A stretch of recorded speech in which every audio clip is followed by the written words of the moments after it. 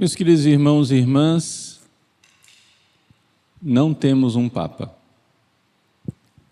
Antes do habemus papam, que é a alegre comunicação do resultado do conclave, temos que nos dar conta. Não temos Papa. Sede vacante. Nos voltamos para Deus pedindo a graça de um pastor da igreja do mundo inteiro, universal. E hoje de manhã, na Basílica de São Pedro, o cardeal decano, cardeal Giovanni Battista Re, fez a sua homilia, recordando exatamente que os cardeais estavam ali como Maria e os apóstolos no cenáculo, pedindo o Espírito Santo. Ao mesmo tempo que ele pediu o Espírito Santo, o cardeal, de forma bastante realista, quem lê nas entrelinhas vê o que ele estava dizendo, que tirar um pouco essa ideia que as pessoas têm de que o conclave é um ato, digamos assim, místico, ou até, quem sabe, mágico, automático. Ou seja, que os cardeais irão se reunir lá e, como em Pentecostes, acontecerá exatamente como Pentecostes, o derramamento do Espírito Santo em línguas de fogo. Bom, Deus é livre para que isso aconteça, mas geralmente não é isso que acontece. Aliás, com línguas de fogo nunca aconteceu. O cardeal diz com toda clareza que os cardeais eleitores se preparam para um ato da máxima responsabilidade humana e eclesial. É uma escolha de excepcional importância. Aqui vem a palavra responsabilidade humana e eclesial, mas ele diz, aí vem a palavra um ato humano. Por que ele fala de ato humano nesse momento? Para que as pessoas se deem conta de que, apesar de ficarem alardeando por aí certas coisas, a Igreja Católica não tem uma doutrina, não existe doutrina, não existe nenhum dogma católico que diga que os cardeais são diretamente inspirados pelo Espírito Santo na escolha do Papa. Essa doutrina não existe. Podem vasculhar todos os catecismos, concílios e manuais de teologia, de que aquele ato de eleição é um ato inspirado diretamente pelo Espírito Santo. Como, por exemplo, os autores da Sagrada Escritura, como o evangelista que escreveu o Evangelho, inspirado pelo Espírito Santo, de forma inerrante. Bom, isso aí sim, a igreja tem esse dogma. Mas não com relação ao conclave. Com relação ao conclave, existe sim uma ação do Espírito Santo. Mas essa ação do Espírito Santo, ela depende da colaboração humana. Qual a ação do Espírito Santo? Número 1, os cardeais eleitores são todos bispos.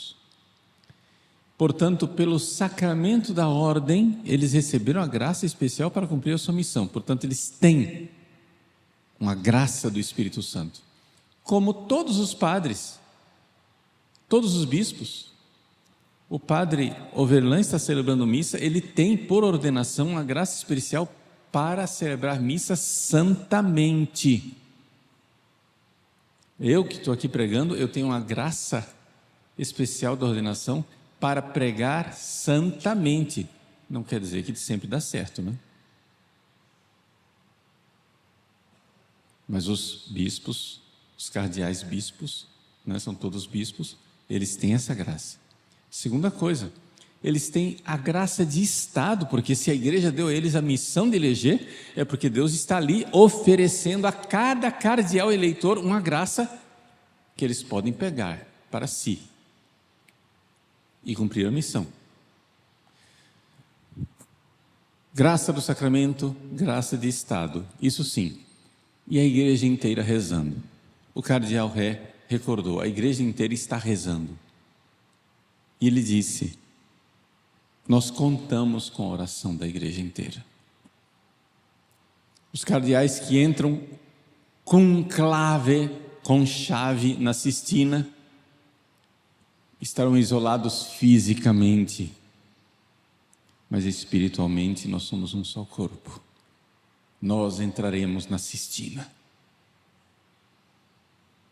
A igreja celeste entrará na Sistina. Os anjos entrarão na Sistina. E nesse duelo da graça de Deus com aquilo que são as realidades humanas, nós esperamos que venha verdadeiramente o Espírito Santo de amor. O cardeal insistiu muito no amor.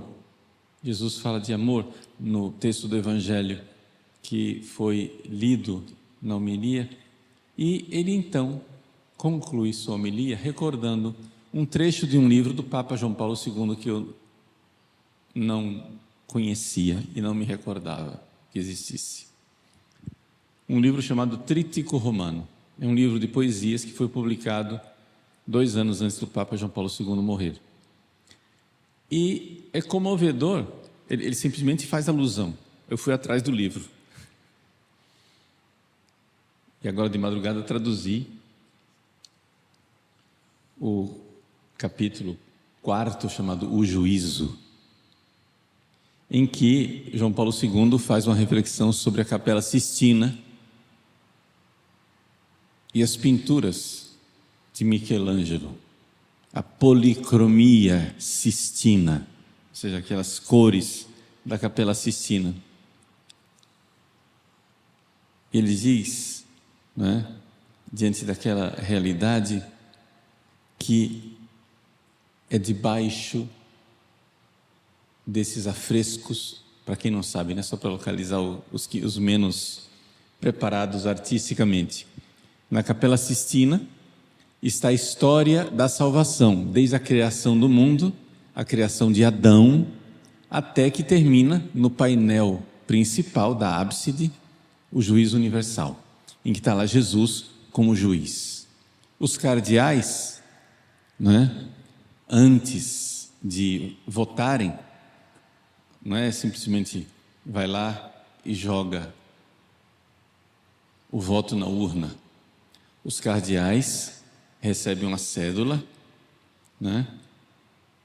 em que eles escrevem o nome da pessoa em quem estão votando, dobram e seguram diante do peito essa cédula, vão em procissão, chegam diante do juízo universal que está lá, Jesus para julgar, colocam, antes de pôr o voto, eles dizem: eu testemunho diante de Cristo juiz.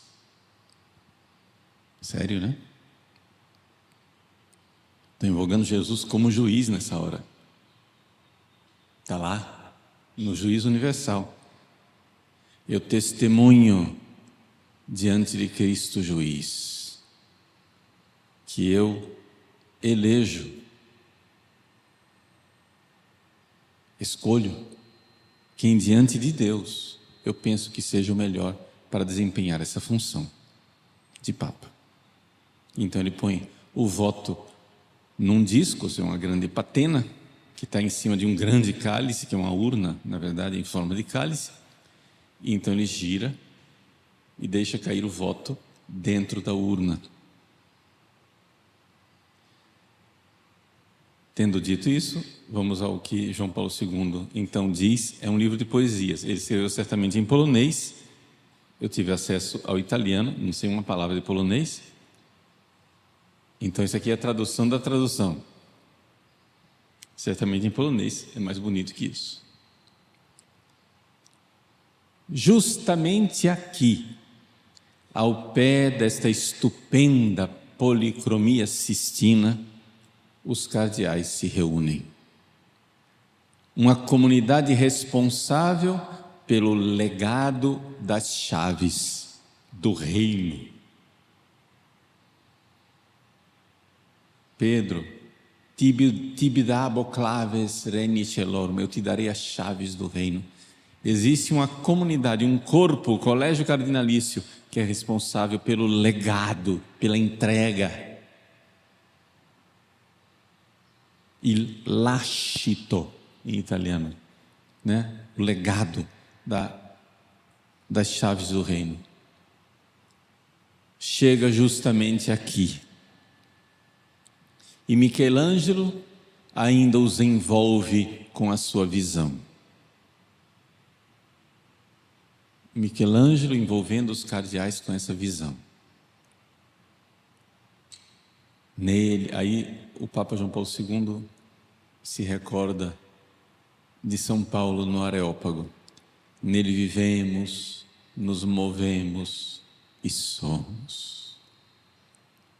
Quem é Ele?